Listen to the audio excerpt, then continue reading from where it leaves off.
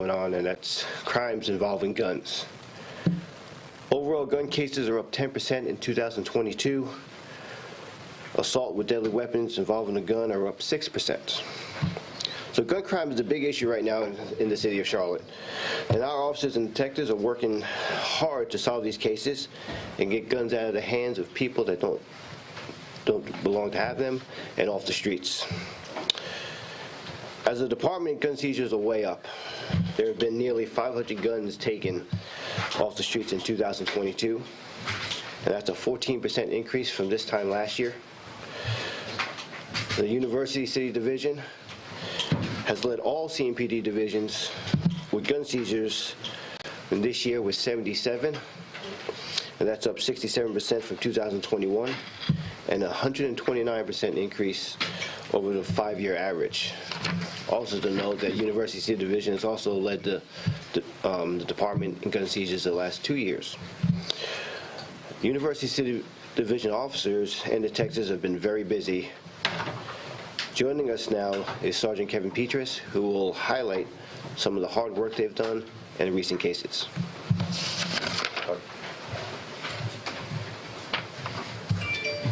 Good morning. I'm Sergeant Kevin Petrus with the University City Division. In February alone, the University City Division seized 30 guns through investigations that led to the arrest of numerous violent offenders. We owe these numbers to the collaborative work coming from all aspects of the division, from patrol officers, the crime reduction unit, detectives, and supervisors. Here are a couple examples of investigations that have led to guns being taken off the streets. You'll be able to find these incident reports for each of these cases in the media release that Public Affairs will put out after the press conference. The first example comes on February 27th of this year. Patrol officers responded to a shooting into an occupied dwelling in the 2300 block of Prestigious Lane. The victim, a mother, told officers that a bullet nearly hit her son when it entered her apartment. Officers determined that the bullet was fired from a nearby apartment. They responded to that location, collaboration between detectives and officers. They obtained a search warrant for that apartment and found 4 firearms, ammunition, and a large number of narcotics. The second example comes on February 15th of this year. It involves a domestic violence call for service. It happened in the 8000 block of Dave McKinney Avenue. Officers responded to the address and determined that the suspect had pointed a gun at others inside the residence. When they responded and they arrived, they successfully de-escalated a brief barricade situation with the suspect and got him into custody. 2 guns were seized, one of them being stolen, along with a trafficking amount of heroin. These are just 2 examples of many that we could talk about. I would be remiss, though, if I didn't mention a few other things. First of all, to the gun owners in our jurisdiction, we beg you to please lock up your firearms, make sure they're secure, especially not leave them in vehicles. It creates a target-rich environment for thieves to steal these guns and then have them in the hands of folks who can turn around and use them for violent crimes. So we ask you, please secure your weapons. Secondly, none of this, a lot of this work is dependent on information that we receive from the community. Okay, Crime Stoppers tips, for example, are very, very important. So we ask that you keep those coming. We ask that you call 911 when you see or know something that's wrong. We ask that you go to our website, cmpd.org, and click on the Crime Stoppers link and submit those Crime Stoppers tips to us, or call the Crime Stoppers hotline. It's very, very important, and we appreciate that. Lastly, again, I would be remiss, most importantly, to not recognize the work of the officers and the detectives, again, in the University Division. Again, these are just a couple examples that I've given you, and they go out every day and they make things happen, and they're committed to trying to make Charlotte a safer place. So to them, I want to recognize their exceptional work. While many of the guns seized were involved in crimes committed by adults, it's unfortunately becoming too common that juveniles are also caught with firearms. Here to talk about some recent cases is Lieutenant Stephen Flatt with the Education, Outreach, and Youth Services.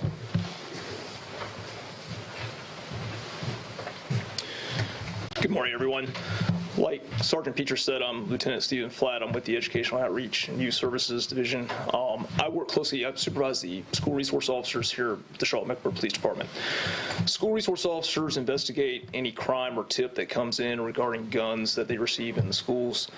We investigate all those to the nth degree, and we work very closely with school administrators, CMS law enforcement, as well as the community to come to a successful resolution of those cases.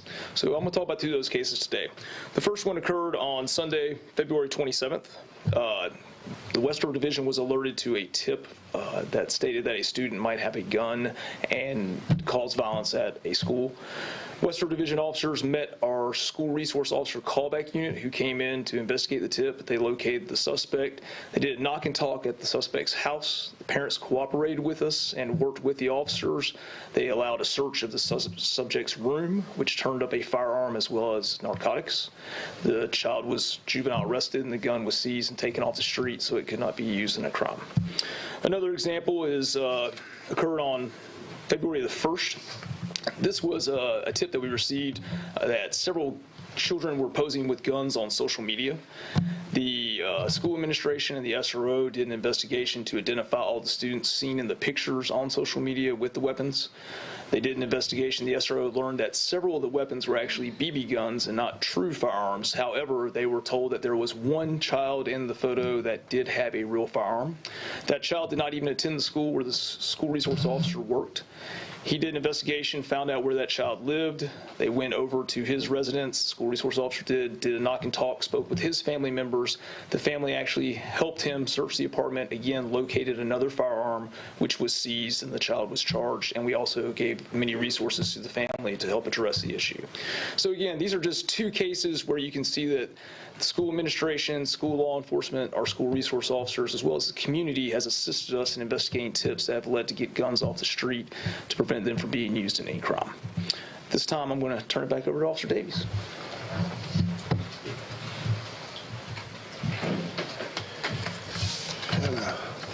Thank you. Gun crime continues to rise in 2022, and that's why we keep addressing this topic in our bi-weekly press conferences. Our detectives and officers are working extremely hard on these cases, but we need the public's help as well. And to reiterate what Sergeant Peters had said, you know, you can go anonymously and call Crime Stoppers. That number is 704-334-1600, and give those tips into them. You know, I can assure you that our Crime Stoppers detective looks at each and every one of those tips and forwards them to the appropriate divisions, and which are investigated and looked into as well. Also, it's crucial to lock up your guns. Okay? Don't let them be stolen out of your homes, and don't let them be stolen out of your cars. We continue to see a lot of larceny from vehicles where guns are taken and stolen, and a lot of these cases, the vehicles are left unlocked, and the guns are either unlocked or unsecured in the car as well. Make sure your children don't have access to your guns if you have them at home. Lock them up, please.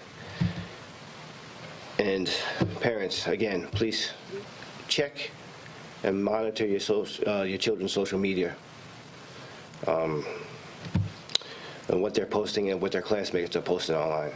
So at this time, that concludes our press conference. If you have any questions, we please ask you to keep them to the topics at hand for either Sergeant Peters or Lieutenant Flatt. Why do you think there has been such a rise in gun violence? Do you think it's just the city growing, or might there be another problem? To be honest with you, it seems to be that the city is growing. There's more people coming into town, especially now that the COVID is allowing more people to come out. And we're seeing the hotels being active again, and a lot of these cases are from them. People coming in from out of town, people just, parking these parking lots, and they're just leaving their cars unsecured, and a lot of guns are being taken out of cars. I know y'all have made this a priority. It's, you can see the stats that you're making arrests and trying to get guns off the street, but over the weekend we had a homicide in the Steel Creek area where an innocent father was shot and killed by a stray bullet. How frustrating is it that, there are still people out there on the streets, committing these crimes with guns? I'm going to refer that question over to Lieutenant Crum of the Homicide Division. Hey, good morning. I'm sorry, I don't know where the question came from. If you could just one more time for me. Sure. I mean, I know y'all are trying to get guns off the street and get these people off the street, but over the weekend we, of course, had the homicide in the Steel Creek area where the innocent father was shot and killed by a stray bullet. You know, how frustrating is that for you as a department to continue dealing with these issues where an innocent person is now killed? It's incredibly frustrating. Jimmy's case is, it stands out to us because it's really troubling. You know, a lot of times we see people that choose to be involved in disputes that escalate, but he's an innocent bystander that fell victim to this horrible crime, and we really hope that we can bring some closure to the family. We need the community's help to be able to close this case, so we hope that somebody will step up and give us the information we need.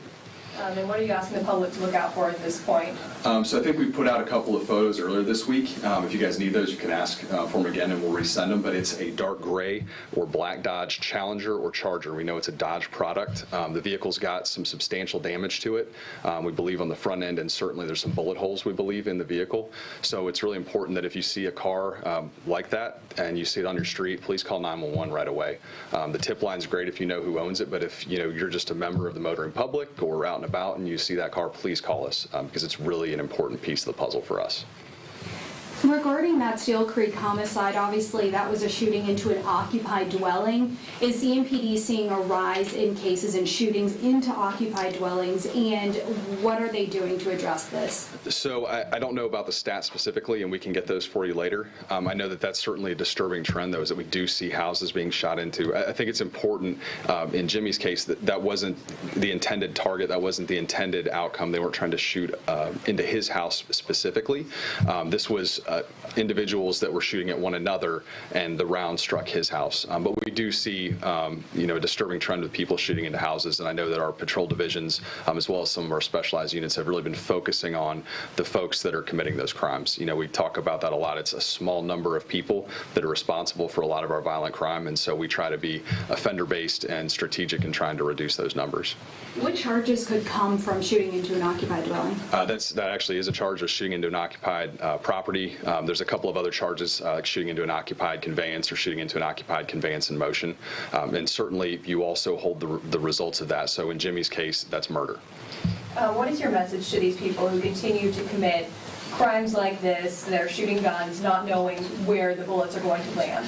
I think it's just the same thing. It's like, let's calm down, and I think it's not just the people involved. It's important that people who are present when this happens, when these minor disputes start to get out of control, try to let cooler heads prevail. If you see somebody that's escalating and getting to that point, let's try to cool things down, because there's a lot of unintended consequences that result from some of these actions.